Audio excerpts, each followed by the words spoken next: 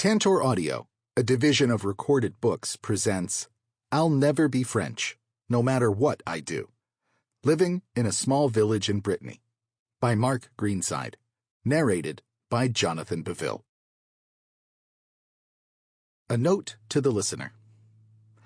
It is my fervent wish in writing this book not to create any international incidents or lose any friends.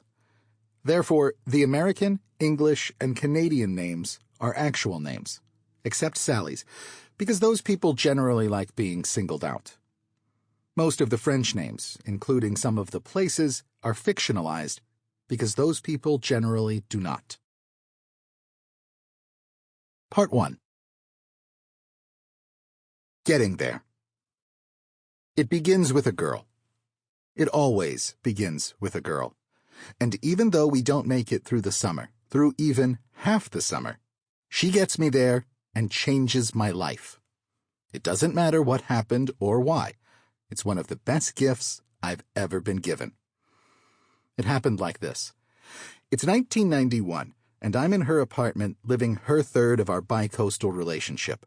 1/3 in New York, 1/3 in California, 1/3 apart. Probably the only person in Manhattan looking forward to summer in the city when she says, "Honey, let's go to France." I close my book and listen, petrified. I hate to fly and don't speak French. This isn't a good idea. I was in Paris in 1966, and they loathed me, and I don't think I've changed that much. Let's go to Saskatchewan. It's not the same. I know. They speak English and we can drive.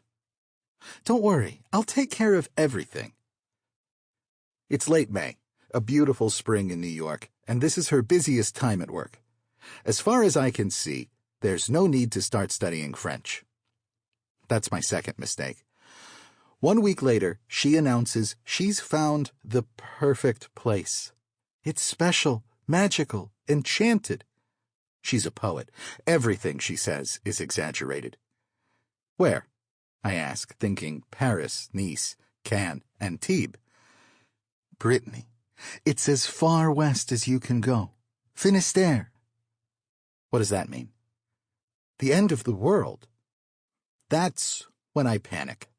I go to the bookstore and read in a guidebook that Bretons aren't French but Celtic, linked by language and culture to the Irish, Scots, Cornish, and Welsh. So maybe I do have a chance. On the other hand, they've been French since 1532. Why chance it? I go to the Café des Artistes and write her a note. Great work. Could you ask if the place is on a country road? Quiet, sunny, and large. Does it have a good bed, hard mattress, running water, hot running water? Remembering my stay in Paris. A TV, stereo, car, separate studies for writing, a coffee maker, shower, bath, at least 2 floors, farm animals in the vicinity, a washing machine, dryer, and dishwasher, a bar in the village, a boulangerie, a market, a post office, bikes, and neighbors who want Americans living next door. I leave it on her desk thinking, Saskatchewan, here we come. The next day, she leaves me a message on her answering machine. We have it. 1,000 a month with a car. I wait a minute, put on my happy voice, and call her at work. Hi, got your message. Oui, she sings. Does it have all those things I asked about? Certainement. The last thing I need is to listen to you complaining every day. It really has those things. That's what the lady said. Her name's Sally. She's English and just returned from the house. She lives in Massachusetts. You can ask her yourself. So I do. I call her, and she says yes to everything. There's no way out. I'm going to France. We book our flight on Air France. All I can think of is a joke I recently heard. In heaven, the French are the cooks. Italians are the lovers, English are the police, Swiss are the managers, and Germans are the engineers. In hell, the English are the cooks, Swiss are the lovers, Italians are the engineers, Germans are the police, and the French are the managers.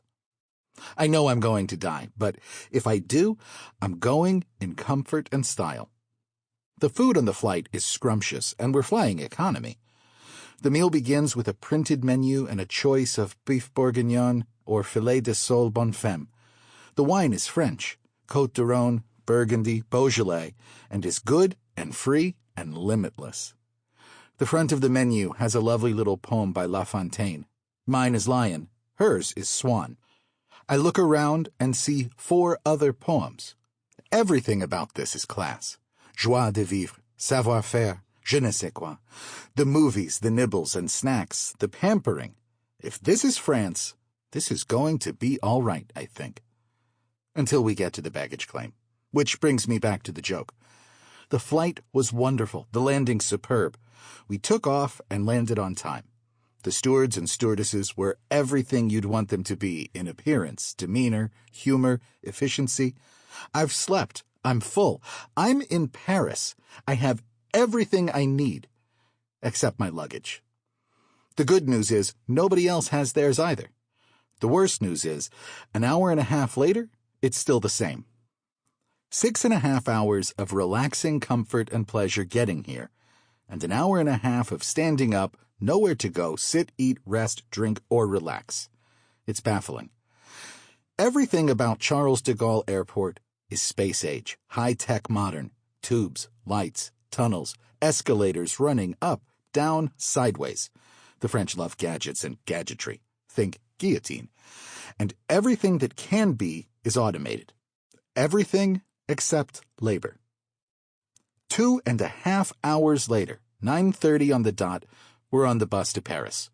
We sit in the seat directly behind the driver. Catherine takes the window and spends the next hour oohing and eyeing over the architecture and skyline. I spend it in awe of the driver, watching him alternately race to 130 kilometers per hour, then slow down to 30, only to race back to 130, and never once move more than 18 inches away from the vehicle directly in front of us. He does this for 50 minutes, all the way from Charles de Gaulle Airport to downtown Paris, where he stops in front of a brasserie. "Let's go," Catherine says. "Go where?" "To the station." For some reason, and I'm sure there is one, because there always is one, a reason, a rule, or normalement, the bus stop is across the street from the train station. Across 2 big busy streets in a city and a country not known for its kind, safe, considerate California pedestrian has-the-right-of-way drivers. A phalanx of cars and trucks whizzes by and shakes the bus. "Let's wait," I say. "For what? This is the stop. Let's go." She pulls my hand. I hesitate, then leap and run to the doorway of the brasserie to wait.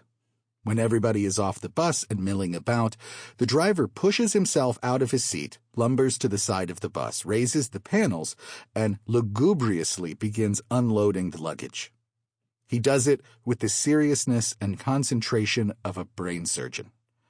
It's then that I notice his uniform bears no name. No, "Hi, I'm Jacques. I'm your driver for the day." No, "My name's Pierre. If I drive like a maniac or smash your bag, here's how you can report me." This bothers me, because in a second or two, whatever his name is, he's going to hate us. Everyone else's bags are relatively small and lightweight, but we're writers and staying for the summer. Between us, we have 9 heavy bags and 2 luggage carts. I have a computer. She has a typewriter. We each have a bag filled with books and another with files and notebooks and paper. She has lots and lots of shoes and clothes, something for any occasion. I have 3 bottles of 12-year-old Macallan and a jacket and shoes for every kind of weather, from blizzards and hurricanes to drought. The driver doesn't know any of this because someone else loaded the bags at the airport. Now, as he pulls them out, he begins to grumble. The 4th bag he yanks and drops on the sidewalk. The 5th he tosses at me. The 6th he throws. The 7th is Catherine's typewriter. She taps him on the arm and tells him in flawless French that she's a poet, and that's her typewriter, and asks him to please be careful. He lifts it and puts it down gently as if it were a quail's egg, the last quail's egg in the world, and he's the hungriest man alive. Then he starts talking to her about poetry, quoting Verlaine, Rimbaud, Baudelaire, and Poe, while I crawl in the luggage bin and tear my pants as I get my computer. When he finally finishes cooing and leaves, she's beaming. La belle France, la belle France. That's why I love it here. That's also when it starts to rain. She unzips her backpack and removes an umbrella. I'm amazed and delighted by her forethought. My rain gear is all packed at the bottom of the one bag I have that isn't waterproof. I wait in grateful anticipation as she unsheaths her umbrella and opens it. It's Barbie's umbrella, Thumbelina's, the tiniest little umbrella in the universe. An umbrella for one. I wipe the water from my glasses and glare at her. She shrugs. I gather our bags as quickly as I can, balance and tie them to our luggage carts, and wait for a lull in the traffic. There is none. You'd think with the rain coming down harder and us standing there getting wet, someone might slow down. Not a chance. The morning Paris commute is a crazed Le Mans. I'm astonished. Can these be the same people who took 2.5 hours to unload our bags? Catherine takes 2 steps into the street. I watch as miraculously one car stops. Then another, and another, and another. It's like royalty entering a room. The stillness is almost palpable. I follow in her wake through the traffic, across the streets, all the way into Gare Montparnasse, feeling unbeatable, like Napoleon must have felt just before Waterloo. Gare Montparnasse is huge, gargantuan, signifying grandeur, power, control, direction, order, authority. A plan. The first floor, the one we're standing on, is a big, wide-open space. In the middle of this space, slowly, inexorably, moving up and down, is a bank of escalators. On either side of the escalators are stairs. I push my luggage cart around in ever-widening circles looking for the elevator. What are you doing? Looking for the elevator? I don't think there is one. I'll ask. How can that be? This is a train station, a huge, modern train station. The point of departure for all points west in France. How could old people, disabled people, people in wheelchairs, people carrying 5 heavy bags of luggage like me get from this floor to the next without an elevator? Nope, no elevator. We have to take the escalator or the stairs. Ask someone, a woman this time, an old one. She glares at me, but she does it. She finds the oldest, crookedest person I've ever seen and returns shaking her head. There is none. We have to use the escalator. I glower at the old woman and watch to see what she does. I want to make sure she doesn't sneak off to some secret French person's elevator and leave the American to the escalator. She doesn't. She cautiously boards the escalator and white-knuckles the belt as it herky-jerks her upward.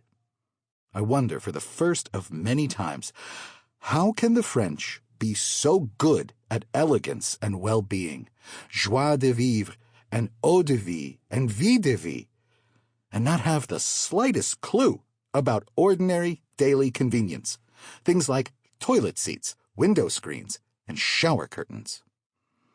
Let's go, Catherine calls, and wheels far away from me. I follow and watch as 3 men open the line for her and make room for her and help her, while another holds her cart and bags in place with his knees. I wait for a break in the line, see none, and push my way in. Amazingly, no one complains or threatens to kill me. I follow her to a fenced-in area, a square space roped off like a boxing ring, with a sign in the middle that says, Terrasse. I know what that means. I'm going to pay more than the normal outrageous price for a cup of coffee the size of a thimble with no refill. She sits down and orders a café au lait and a brioche. I do the same by pointing at her and then myself and nodding my head up and down like a bobblehead. That's when I realize there are no sweatpants, tracksuits, or women in curlers, no beggars, homeless, or hungry people, No green-haired or shaved heads, tattoos, or pierced body parts, except for ears. And no crazies. I'm the scruffiest person on the terrasse. Maybe even the entire gare, Paris and France. I look like an escapee from Devil's Island, rumpled, crumpled, pants torn from the bus, and sweaty. Everybody else looks like Saturday night at the ball. I look like Monday morning. Our train is scheduled to depart at 1:05. I pay the bill, $20 for 2 coffees and a basket of brioches, and we get up to amble and stretch, which turns out to be a mistake. At 12 o'clock, virtually every French person not serving food in Gare Montparnasse stops whatever he or she is doing and starts to eat. By 12:05, not a single chair, table, bench, or horizontal surface is empty. There are lines, actually wedges, the French don't make lines, 30 and 40 people deep, waiting to buy a sandwich or a Coke or their ubiquitous bottles of water. Others are waiting in wedges just as deep for buffets. It's a regular feeding frenzy. At 11:55, we could have sat anywhere and bought anything. By 12:05, there's no place to go. I haven't seen anything like it since the piranha tank at the Brooklyn Aquarium. The good news is while everyone is busy eating, we can easily board the train. I locate the track and begin walking along it looking for our car. Wait, you have to post your ticket. What? You have to post your ticket. It's not valid if you don't post it. It's a crime. I walk back to where Catherine's standing. I thought these are reserved seats. They are. Then what's with the posting? It's the law. How do you know? Where does it say? Where's the sign? I've been in France 5 hours, and I'm already gesticulating. How is anyone supposed to know? She shrugs and points.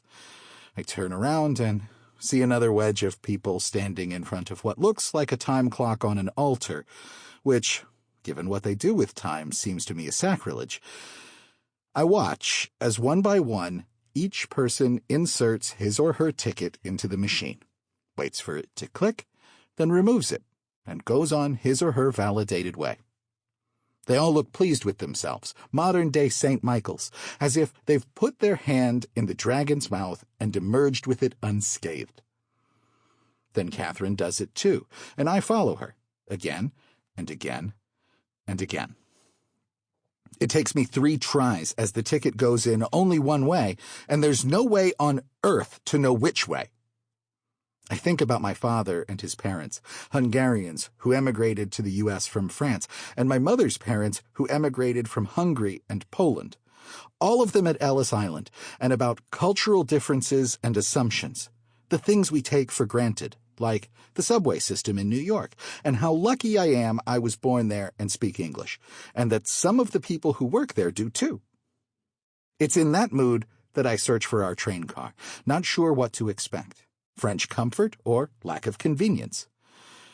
It's a TGV bullet train, sleek and shiny, the Concorde of trains. But I've just come from the modern airport, so I'm not expecting the best. I enter our car, look around, and relax.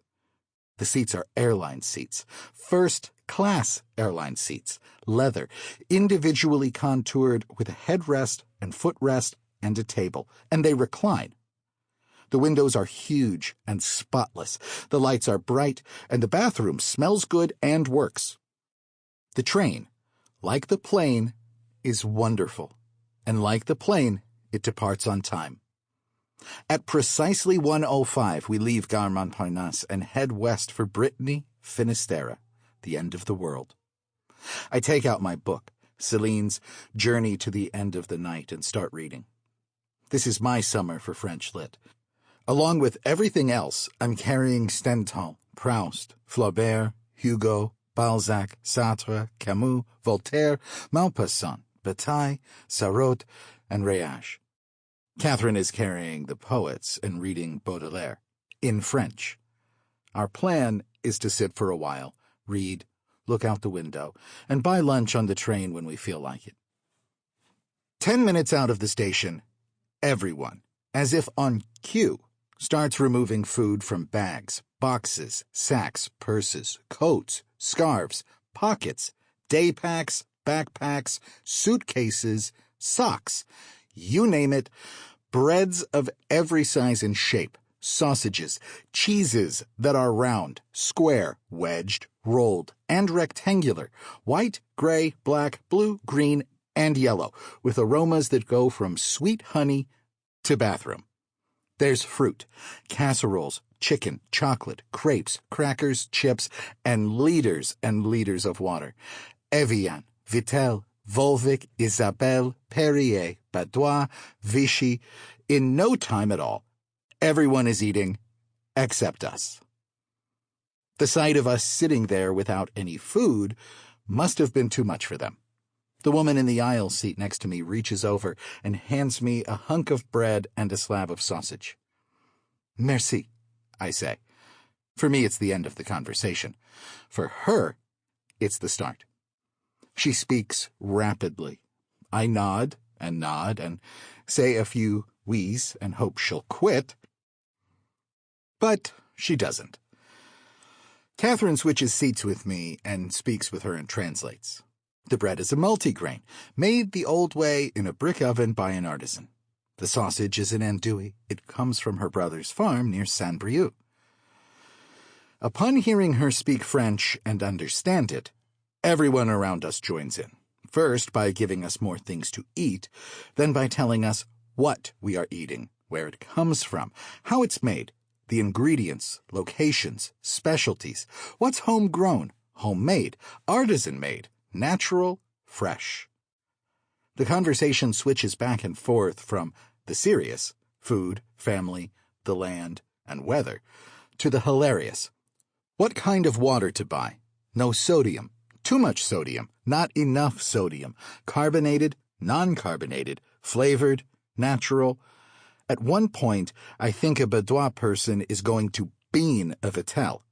There's lots of oofs and bowé and laughter and strange sucking noises that sound to me like the whistle of an incoming aerial bomb.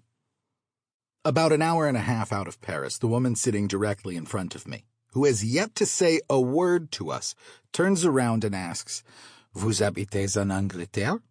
You're from England?" "No, nous sommes Américains." Everything changes after that. I expect to have to duck and cover and answer questions like, "Why is your country ruining the earth?" Instead, they ask us about where we live in the United States, how long we'll be in France, why we're going to Brittany and Finistere, and what we're going to do there. When Catherine tells them we're writers, that we've come to visit and write, they all make that sharp sucking sound and say, "Bien sûr," as if it were preordained. The woman sitting behind me then says something about Chateaubriand. The fellow next to her, a round, portly gent with a nose the color of eggplant, says, "No, no, no," and goes on and on about Max Jacob and Jules Verne. The woman who first gave me the bread and sausage stops him, points to my book, and tells us to go to Camaret, where Céline lived out the final years of his miserable life. At the mention of Camaret, a man dressed in blue and green plaid pants and a green and blue striped shirt, and who doesn't look half bad, takes a harmonica out of his pocket and begins to play The Girls from Camaret, a little local ditty like Mademoiselle from Armentières, and follows it up with some down-home James Carter Chicago blues. The closer we get to Brest, the more jovial everyone becomes. More food is passed around, foods we hadn't seen earlier, pastries and cakes with Breton names, Queen Amman, Far Breton, and galettes from Pont-Aven that make Danish butter cookies taste as if they're made with lard. There's cider and wine and more conversation about local specialties, oysters, crab, mussels, langoustine, salmon, monkfish, and what else to see and do in Brittany. Just before we arrive at the station, a boy, maybe 13 or 14, comes over and shyly asks in broken English if Catherine would write a note in English to a girl he met in Dublin the previous summer. She does, of course, and when she gives it to him and wishes him bonne chance, he blushes and thanks us and kisses us both on each cheek. Everyone around us hoots and whistles and claps. As the train pulls into the station, people begin saying their goodbyes. Au revoir, bonne journée, à bientôt. Clearly, this is important to them, this business of getting together and leaving. They say their goodbyes cheerfully and with smiles, but also with a sense of loss. It was the same with the stewards and stewardesses at Charles de Gaulle when they said their au revoirs as we deplaned. They said it as if they meant it, as if something significant had happened between us. And as if to make a point, the woman who first gave me the sausage and bread comes over to me, shakes my hand, kisses me twice, once on each cheek, and pats my arm. I stand there and wave bye-bye. We have an hour's wait for the commuter train that will take us to our village. Catherine goes to the office to buy our tickets. I push and pull the luggage carts into the station and look for a place to leave them. There is none. No baggage claim, no left luggage, zip. On my third or fourth circle around the station, I find a bank of about 10 lockers that are camouflaged to look like the wall, none larger than a bread box. All of them are locked, in use. It's extraordinary, really, the number of ways France finds to make daily life a difficulty. I look around for a bench to sit on. None of those either. Not a chair or a seat, unless you count the floor, which several people are already using. It's just like the airport while we waited for our baggage. I push and pull the carts outside and wait. Except for the signs in French, the station and everything around it is anywhere USA, 1950s, 60s, post-war, ugly, cheap. I studied European history in college and know a little about France and the war. Brittany was occupied by the Germans, and Brest, which had been one of the chief naval ports in France for centuries, served the same function for Germany. The Germans based the submarines they used in the Battle of the Atlantic here, and the Bismarck was heading here when it was sunk. Brest was liberated by the U.S. Army under Patton in 1944, and in the process was completely destroyed by the constant bombardments and house-to-house, hand-to-hand combat. That's why it looks like Newark. I leave the luggage, something I'd never do in the U.S., and cross the street to look at the bay. Bright yellow cranes unload a red and green tanker. Sailboats of all sizes and shapes, including 3 old, tall masters with rust-orange sails, painted rowboats, barges, yachts, trawlers, ferries, even a kayak and a racing scull move in and out and around the harbor. It's a lovely, tranquil sight. Bright yellow cranes, primary-colored boats, white cotton candy clouds, silvery light, and the blue-green sea. I try to imagine what it was like before the war and during the war, and how beautiful and awful it must have been. I return to the station and find Catherine. We go to the track, and this time I manage to post my ticket correctly on the second attempt, and board the local commuter train, which is like the Toonerville trolley, 2 little green cars with tiny baggage compartments. As before, the people are reticent, but also as before become friendly and funny and curious. One woman wants to know where we're from, another where we're going, and all want to know why we're there. Catherine, in her perfectly accented and conjugated French, explains. I nod while she tells them, periodically say oui, and shrug while stealing glances through the windows at the lush, verdant land, a quilt of greens, tiny squares, rectangles, and triangles, divided and subdivided by rows of hedges, stunted trees, and stone walls. The land is hilly, roly-poly, looking beautiful, wintry in the early evening mist, and hard to sow. Cows and sheep graze everywhere. I don't see a single person. But dotting the land like punctuation are huge rolls of hay and small 2-story stone houses with dark slate roofs. There's a fixedness to it all that's comforting. We arrive in Lescaut 40 minutes later, where a taxi is waiting at the station. On the ride to the house, Catherine once again explains who we are, where we're from, and why we're there, as I... Sample complete. Ready to continue?